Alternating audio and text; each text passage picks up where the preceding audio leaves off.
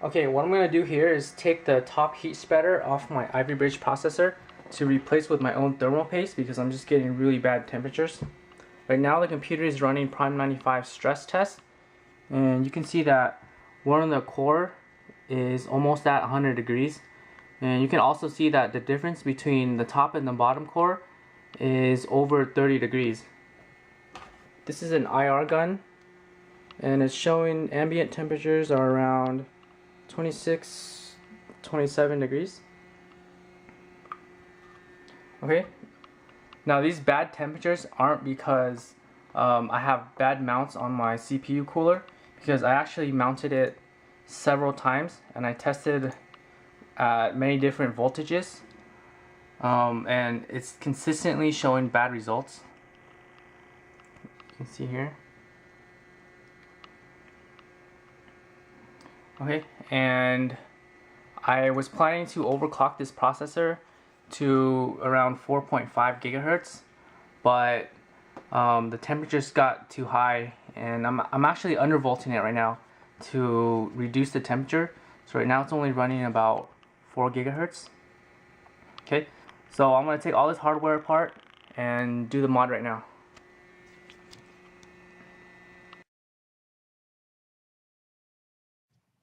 Okay, so I just took apart all the hardware and took out the processor. This particular one that I'm going to be doing is an Ivy Bridge i5-3570K. Okay, so what we're going to be doing is taking off this top copper heat spreader on the processor to apply your own thermal paste. Okay, the only hardware you really need is a really sharp, thin blade. You don't want to use anything like a kitchen knife or a pocket knife because those are just too thick and probably not sharp enough. Okay, let's get started.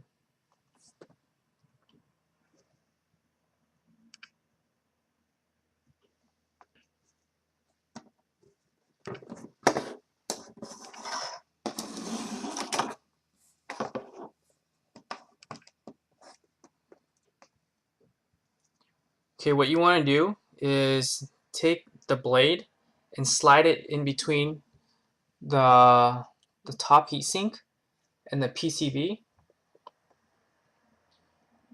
You probably want to start with the corners because it's probably the easier to get in between the little cracks.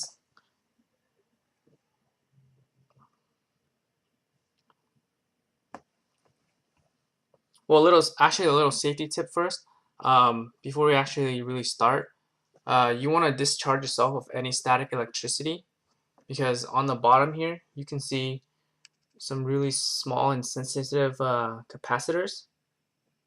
Right now I have my feet on a metal frame on the bottom of my desk, so that should be good enough.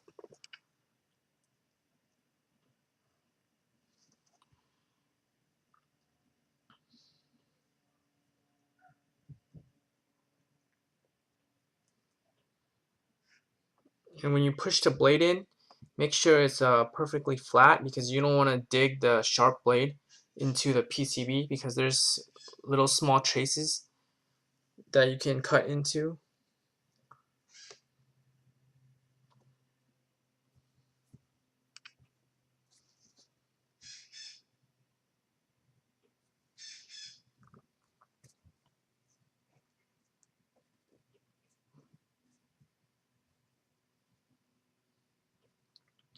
Right, if you didn't already know, um, Ivy Bridge processors, Intel decided to put a really cheap thermal paste between the processor die and the heatsink.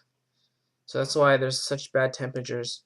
But with the older Sandy Bridge and older generation processors, they use soldering, so that has a much higher thermal conductivity than this cheap thermal paste.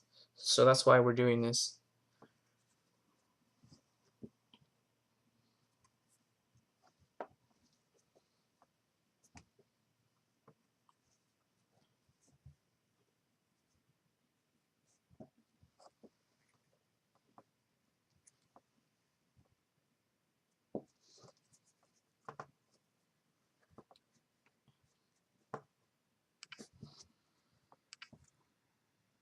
This is actually the first time I'm doing this. Um,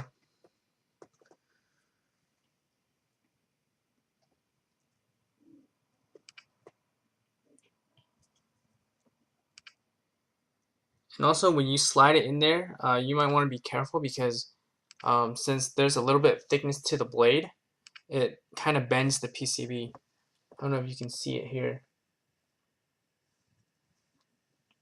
but it's actually bending my the bottom PCB.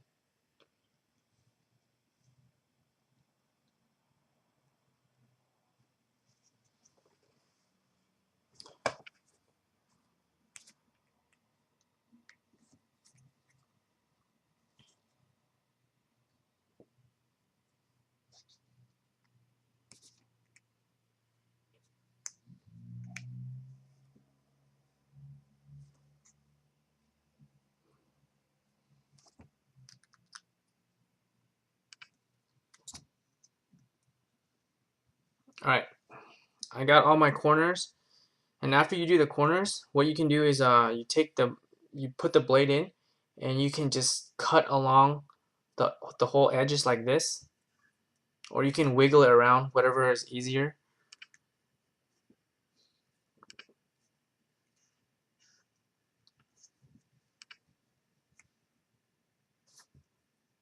And just be careful that the actual die, it runs this way, perpendicular to these two little flaps. So you don't want to cut too far in this way and this way because you actually hit the die.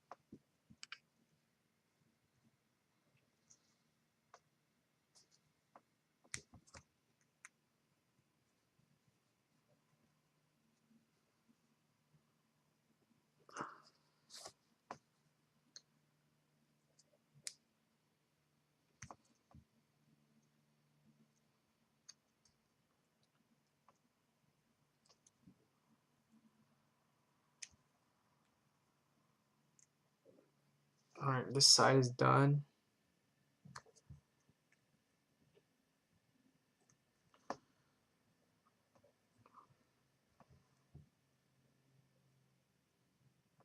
This side is through.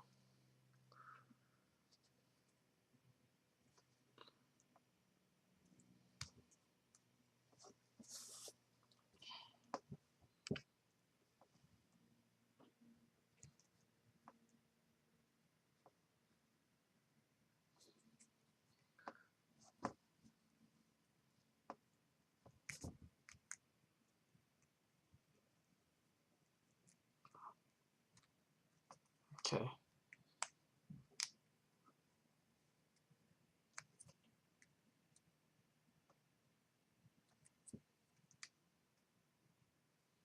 Okay, I think that's good. Then you take it off. I'm probably just gonna gently twist it until it comes off.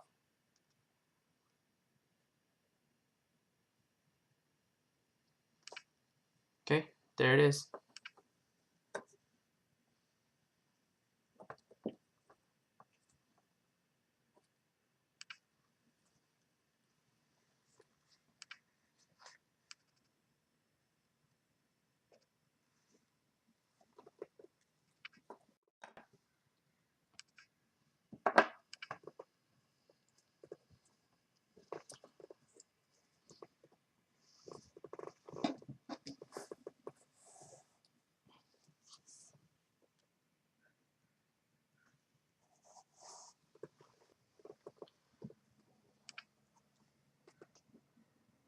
Yeah, this is really cheap thermal paste. It's like cement. It's really hard.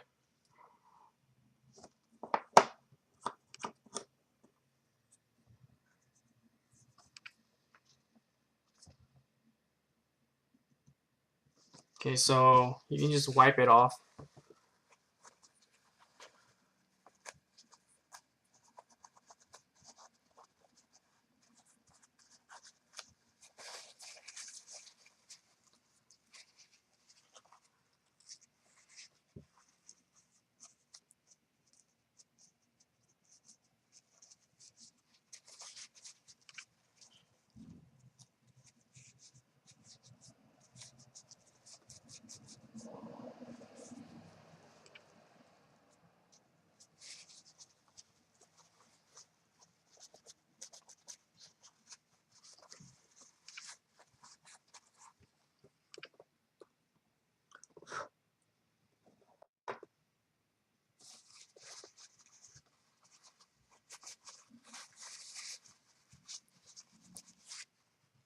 Yeah, this feels like cement.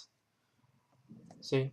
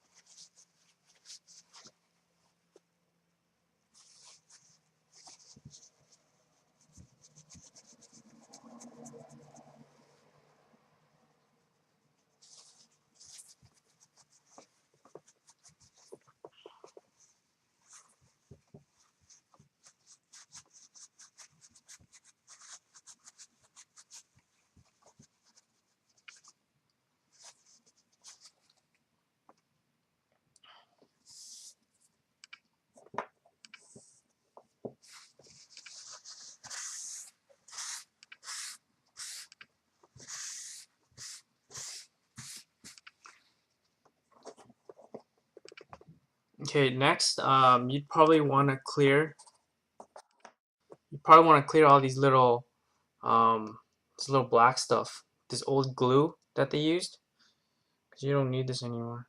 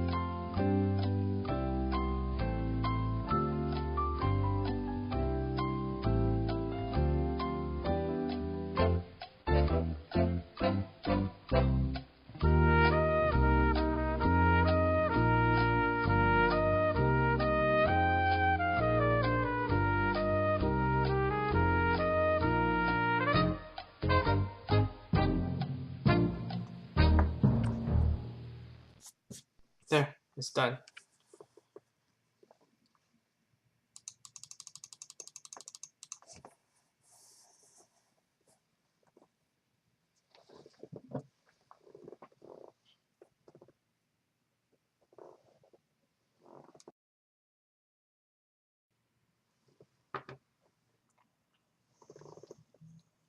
Okay, here is the bare chip.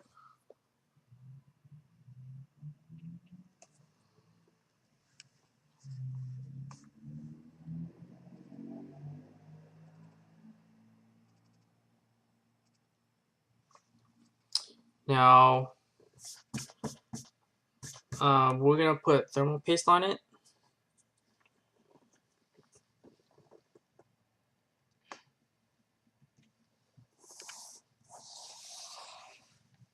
Here is all my thermal paste.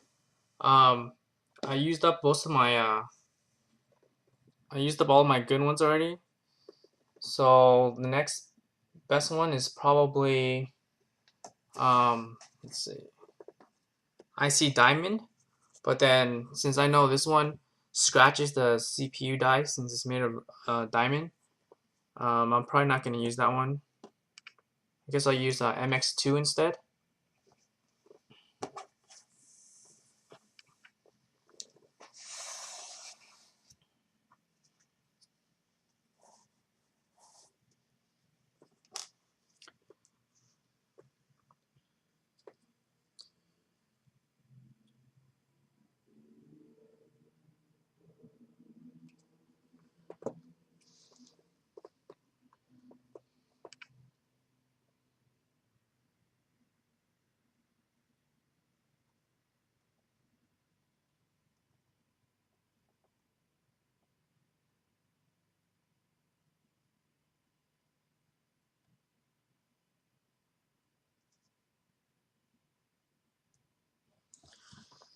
This one I'll use a line method since the die is a rectangular shape. It's not a perfect square. Just put it in a straight line like this. Don't put too much. Okay, now let's put it onto the motherboard.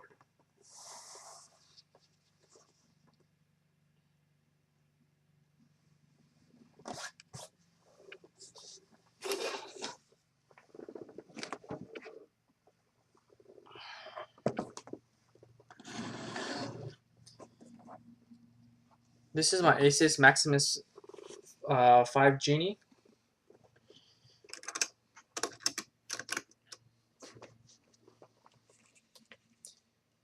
Now when you install it, you don't have to glue the top heat spreader back on. There's a retention bracket that just keeps it in place. So what you want to do first is put the die gently in the socket.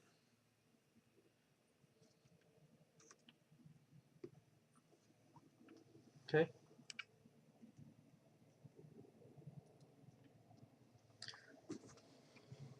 Just remember that there's two little notches here that it has to fit. Make sure it doesn't move around too much.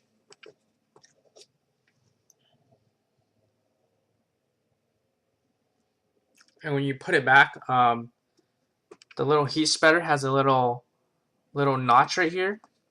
This goes to the bottom of the CPU, so it's towards this little black thing right here. When you put it on, just make sure it's aligned with how you took it off.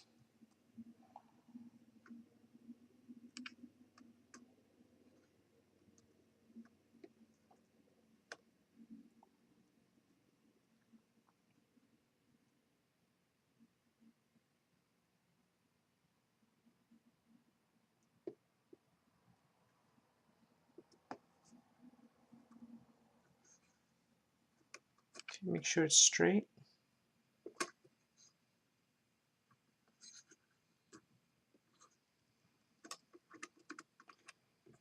Okay, and you don't have to glue it back on. The little top bracket here just holds it down.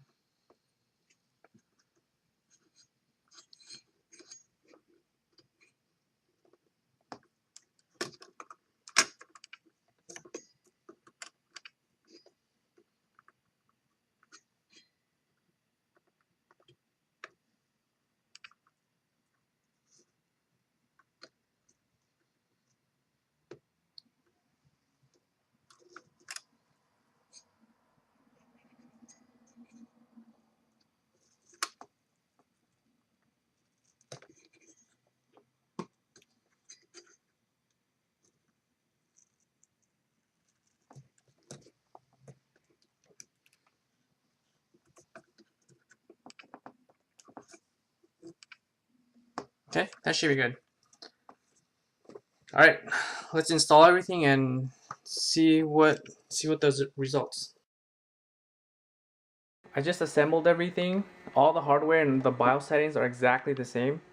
Ambient temperature is around 27 degrees.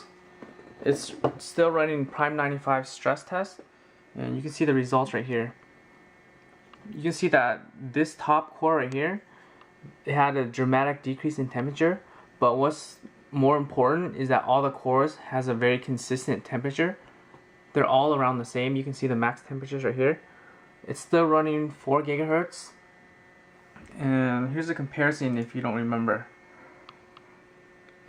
Okay, you can see that the first core right here, there's about a 40 degrees difference, and there's not that big of a difference between the coolest running core, but then keep in mind that I had to undervolt the processor just to get this temperature because the first core was running way too hot. It hit almost 100 degrees.